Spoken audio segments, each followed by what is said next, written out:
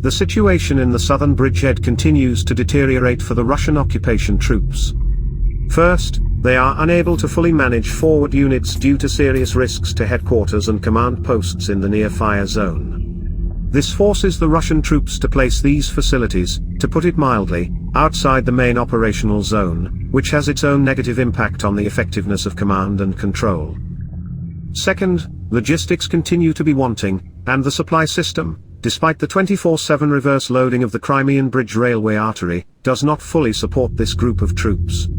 To date, they can compensate for average statistical losses, but cannot restore units to a fighting condition. Thirdly, as Ukraine's armed forces are being strengthened on the right bank, they are expanding their capacity to exert fire pressure on the left bank.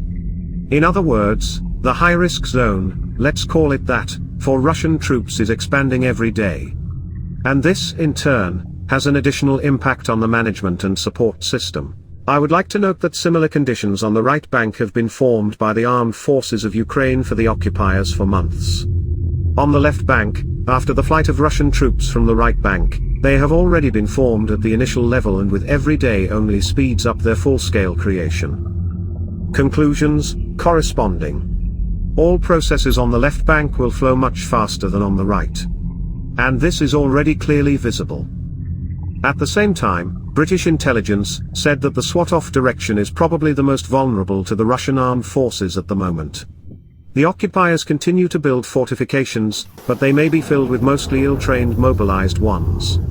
For successful defensive and offensive operations, the Russian command lacks both qualified soldiers and equipment. The Dutch defense analytics and war research website Oryx, which collects information from open sources, has so far recorded more than 8,000 captured, damaged or destroyed military equipment of the occupants. The number of tanks lost by the Russian armed forces, confirmed by visual evidence, exceeded 1,500. Naturally, this is the lowest bar of losses, and the real figures are higher. Ukraine's documented losses are still, as at the beginning of the war, about 3.5 times lower than Russian losses.